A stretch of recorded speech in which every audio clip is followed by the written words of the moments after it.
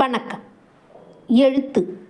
நாம் எழுத்தின் மீது எவ்வளவு பற்றுடையவர்கள் என்றால், யாராவது எதையாவது எழுதினால் எட்டி பார்க்கின்ற பழக்கமுடையவர்கள். யாராவது எதையாவது படித்து கொண்டிருந்தால் எதனை படிக்கிறார் என்றறியும் விருப்பமுடையவர்கள். யாராவது ஏதேனும் நாளிதழை வைத்திருந்தால் கேட்டு வாங்கி படிக்கின்ற ஆர்வமுடையவர்கள். ஏதாவது வெற்று வெள்ளைத்தாள் வீணே கிடந்தால் எழுதுவதற்கு உதவும் என்று எடுத்து வைப்பவர்கள். யாராவது நம் வீட்டுக்குள் நூலகம் வைத்திருந்தால் விழி விரிய பார்த்து மகிழ்பவர்கள். தூய தாளொன்றில் ஏதும் எழுதாமல் கோடு கோடாக கிறுக்கினால் பதறி போகின்றவர்கள். வழிநடையில் பழைய புத்தக கடை ஒன்றை தென்பட்டால் எளிதில் கடக்க முடியாமல் பார்வையிட்டு செல்பவர்கள்.